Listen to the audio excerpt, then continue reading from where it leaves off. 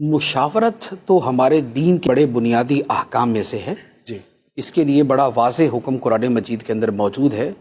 فرمایا وَأَمْرُهُمْ شُورَىٰ بَيْنَهُمْ. جی اور مسلمانوں کا جو باہمی معاملہ ہے وہ مشورے کے ساتھ ہے. صحیح. تو یہ مشورے سے مراد یہاں پر اسی لیول کا مشورہ ہے کہ جس میں ہر بندہ پارٹیسپیٹ کرتا ہے، ہر بندہ اس میں حصہ لیتا ہے، اپنی رائے دیتا ہے، دوسرے کی رائے کو رد کرتا ہے یا قبول کرتا ہے، ایک ہیلدی ڈسکشن ہوتی ہے اور اس کے بعد اس کا کوئی نتیجہ نکلتا ہے.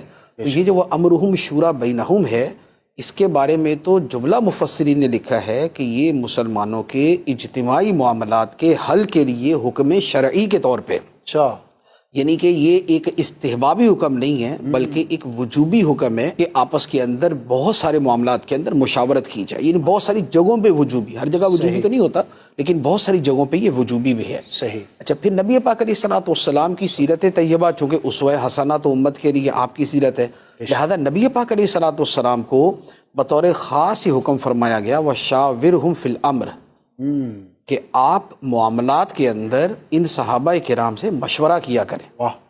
حالانکہ نبی پاک علیہ الصلوۃ والسلام کو تو اللہ تعالیٰ کی طرف سے وحی آتی بے شک. اور وحی کے ذریعے ان چیزوں کا حل بیان کر دیا جاتا.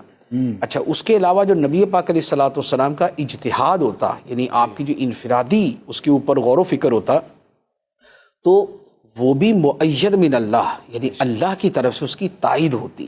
بے شک. اور بالفرض اگر اس کے اندر کوئی معاملہ ہوتا تو فوری طور پہ وحی کے ذریعے اس کو مزید جو ہے وہ بیوٹیفائی کر دیا جاتا. بے شک. لیکن اس کے باوجود نبی پاک علیہ الصلوۃ والسلام کو فرمایا گیا وَشَاوِرْهُمْ فِي الْأَمْرِ، کہ ان لوگوں کے ساتھ، صحابہ کرام کے ساتھ مشورہ کرو تاکہ ایک ٹرینڈ سیٹ ہو جائے، ایک طریقہ کار بن جائے، ایک سنت قائم ہو جائے کہ مشورہ کرنا ہے. اس لیے نبی پاک علیہ الصلوۃ والسلام بڑی کثرت سے صحابہ کرام سے مشورہ کیا کرتے تھے. احادیث کے اندر جب سیرت کے آپ مختلف واقعات دیکھتے ہیں تو ان کے اندر بھی آپ کو مشورے کے اتنے واقعات ملیں گے.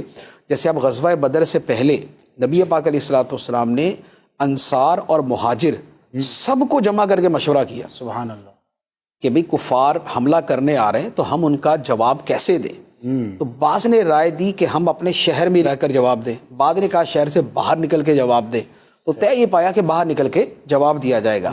تو نبی پاک علیہ الصلوۃ والسلام نے باقاعدہ پورے گروہ تھے صحابہ کرام کے، وہ ایک بڑی تعداد تھی کہ جن کے ساتھ آپ نے مشورہ کیا، پھر ان کے مشورے کے مطابق عمل کیا. بلکہ اس مشورے میں یہ بھی ہوا کہ مہاجرین نے جب زیادہ مشورے دیے تو نبی پاک علیہ الصلوۃ والسلام نے یہ فرمایا کہ یہ کیا کہتے ہیں، یعنی انصار کیا کہتے ہیں کہ مشاورتی عمل میں جو شریک ہوتے ہیں تو ان کو تھوڑا سا موٹیویٹ کر کے ان کو آگے لایا جاتا ہے. پھر انہوں نے بھی جب جواب دیا تو اس کے بعد پھر اسے فائنل کیا گیا. سبحان اللہ. پھر اس کے بعد جب غزوہ بدر کے قیدیوں کا معاملہ آیا تو وہاں پر بھی مشورہ ہوا اور قرآن پاک میں اس مشورے کا باقاعدہ تذکرہ موجود ہے.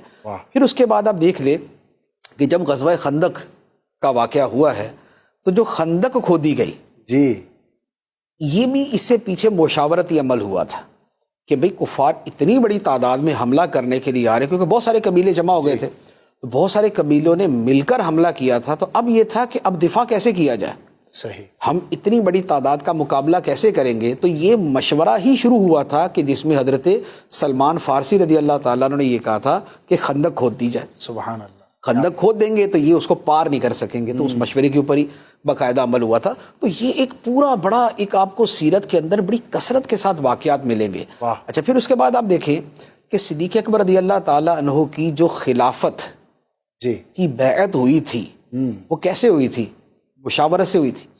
سقیفہ بنی ساعدہ کے اندر جو صحابہ کرام جمع تھے ان کے آپس کی مشاورت کے بعد ہی صدیق اکبر رضی اللہ تعالیٰ عنہ کو خلیفہ منتخب کیا گیا تھا. تو وہ بھی مشاورت سے عمل ہوا.